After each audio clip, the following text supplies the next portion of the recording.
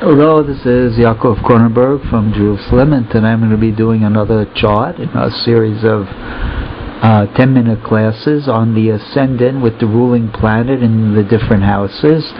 And tonight we'll be doing tauras with Venus in the ruling planet in the 9th house in the sign of Capricorn.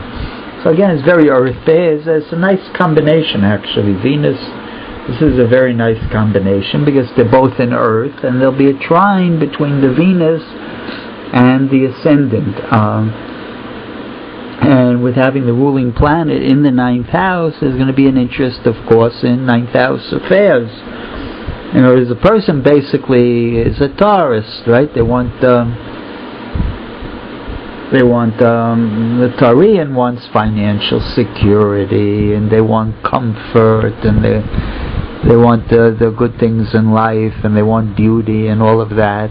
And when they try to get it, when they have Venus in the 9th, they try to get it through 9th house affairs, which of course is 9th house is religion, philosophy, higher education, and travel, among other things. And so there should be usually a strong interest in all those affairs. So it's always nice to have the ruling planet in the 9th house. It's a big advantage in life. You like to have the ruling planet in 1, 5, 9. They're good because they're trying to the ascendant, and their houses signify pleasant things in life, like religion, philosophy, higher education, all nice things. And the 5th house, of course, is children, romance, so those are nice houses. And so when you have it in the 9th, it's going to bring you an interest in those kind of affairs, right? And when you have the Venus, say Venus in Capricorn, so it's going to bring an interest in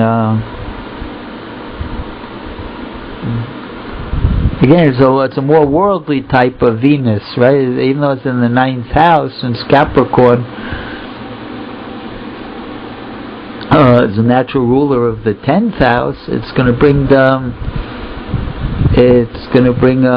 10th house affairs into the 9th house. So it's going to be somehow connected with the career in the person's chart.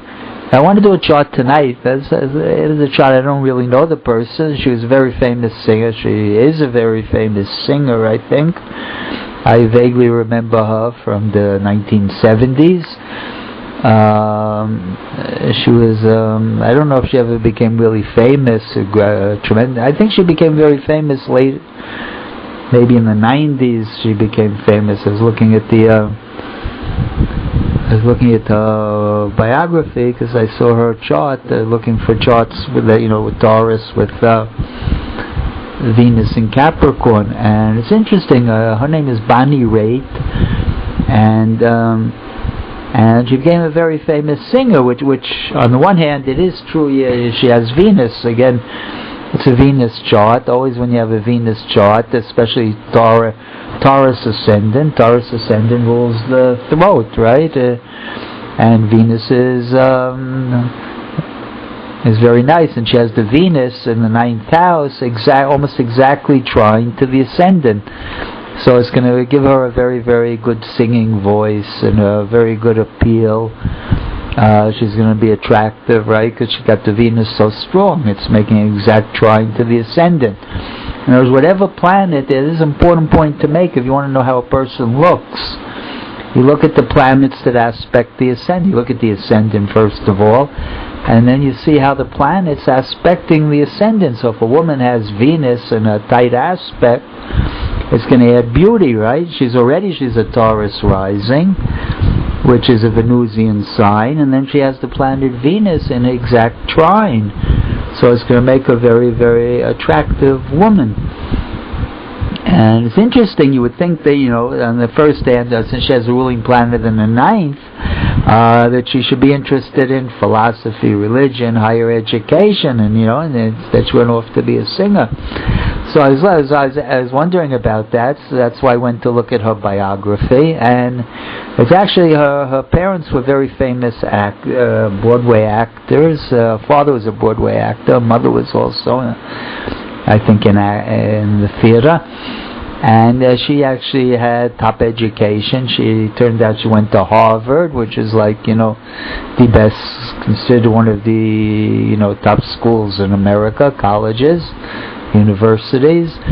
And she was very tremendously into political activism, and her goal was to go to Africa, I think, to major. She wanted to major in African studies and then go to Africa and help affect change in Africa, and she had all these great projects in mind, that what she was going to do for the African people. And so, but then she got caught up in that's life, You don't always find even though you see that element in her chart, the ruler of 1 in 9, even though and it's connected actually to her career, the ruler of her career as Capricorn on her 10th house cusp. Even so, it didn't become her career. It eventually she got taken over by the singing. The singing pulled her away from the university, and she got involved in all these different types of, rock and blues and all these different kinds of music, and it pulled her off into those areas. So you have to always be very careful when you're looking at a chart, trying to, judgmentalize, to see which is going to be the main influence in the chart. If in her chart she has the Sun again in the 7th house and Mercury in the 7th house, very powerful, and she wanted to come before the public. And you see the artistic talent in the chart, and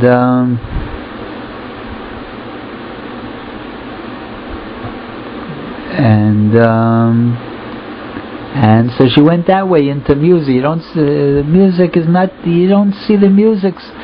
Well, you have the ascendant in Tauras, which rules the voice, and you got that Venus exactly trine. And I guess she traveled her whole life. She was known as a performer. She would actually, you see the 9th house there. I guess you could say it somehow that the 9th house is also connected with her traveling as a performer, right? With Venus, the ruling planet, in the 9th.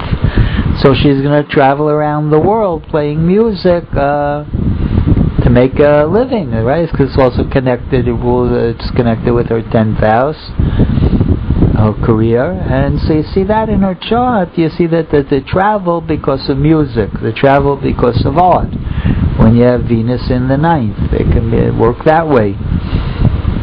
And she always had a lifelong passion, from what I understand, for political activism and for getting herself involved in higher courses and causes, and helping people. And so you see, just from looking at what you can learn from just looking at the ruler of the ascendant and where the ruling planet is placed in the chart. Right? Unfortunately, see, if you look at it though, the Venus is in Capricorn, and Capricorn gives itself up to Saturn. Right? It's the sign of Saturn. She has Saturn in the 6th house, the ill health, conjunct Mars, which is can be a difficult combination. That's Saturn Mars in the house of it. And she got herself like a lot of actresses, like a lot of performers and stuff. She had alcoholic problems, drug problems. So I think it's also connected to that.